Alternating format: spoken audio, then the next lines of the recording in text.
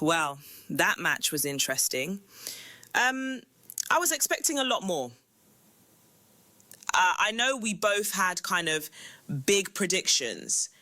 What's your take on it, Amara? I think a few people was expecting more, to be honest. Everyone's going to see the scoreline and dismiss it as 0-0, boring, nothing happened.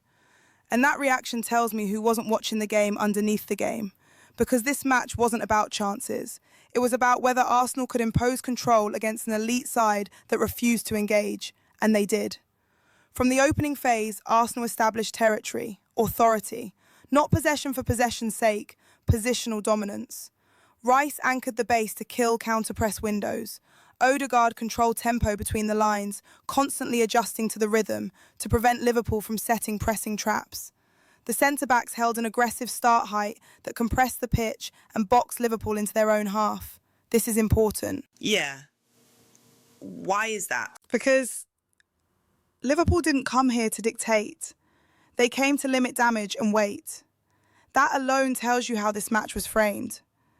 Liverpool dropped into a compact mid-block, stayed low and conceded wide circulation intentionally. They weren't defending space, they were defending access. And here's where people get it wrong. Control does not look exciting. It doesn't spike your heart rate. It doesn't produce highlight clips every 2 minutes. It looks like patience.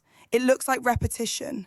It looks like circulating the ball side to side until the opponent admits a mistake. Arsenal kept Liverpool stretched horizontally without ever losing their rest defence. They recycled possession deliberately. They denied Liverpool transitions by refusing to overcommit numbers into the box.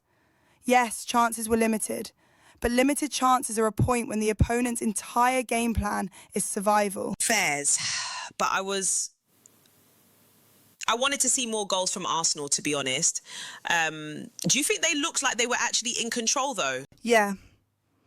Arsenal dictated where the game was played. Liverpool dictated how narrow they would allow it to become. That's not failure. That's a tactic stalemate, created by discipline on both sides, to be honest.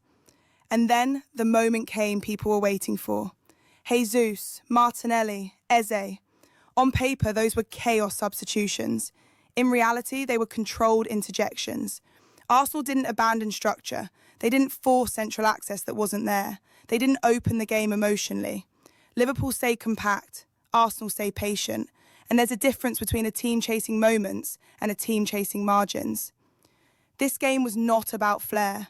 It was about restraint under pressure. Elite teams don't self-destruct when openings don't appear. They don't trade positional security for crowd energy. They don't give elite transitional teams exactly what they want. We never lost our spacing, never lost our shape, never lost emotional control. What more can you ask for? We accepted the point, and more importantly, we protected the dominance.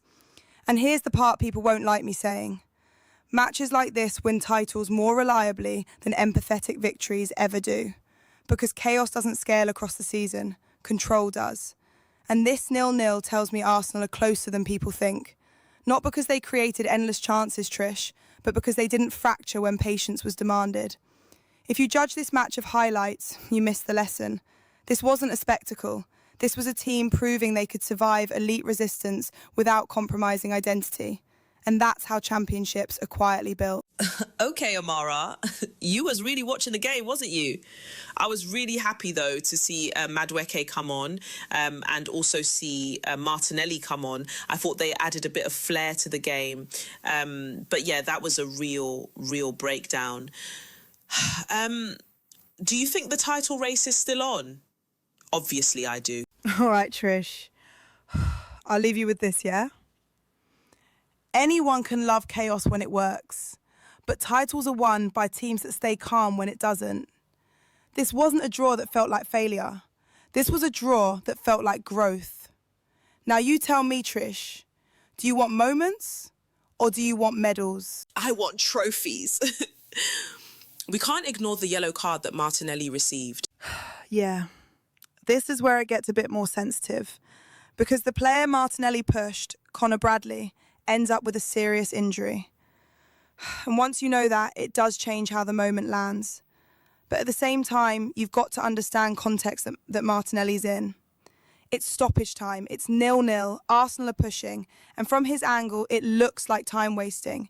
In that moment, he's not thinking about injury. He's thinking, get up. We've got seconds here. Does that make the shove right? No. But does it explain it? 100%. And this is football emotion. Split-second decisions, high stress, no rewind button. Unfortunately for Martinelli, once the ref sees it, that's a yellow card and you can't talk your way out of it. But I don't think there's any malice there. It's frustration, urgency, and the clock's running out. And once you know Bradley's hurt, of course you hope he's okay. That comes first, innit? Yeah. And I think both teams, fans can actually understand that, to be honest, Amara. Thank you so much for watching.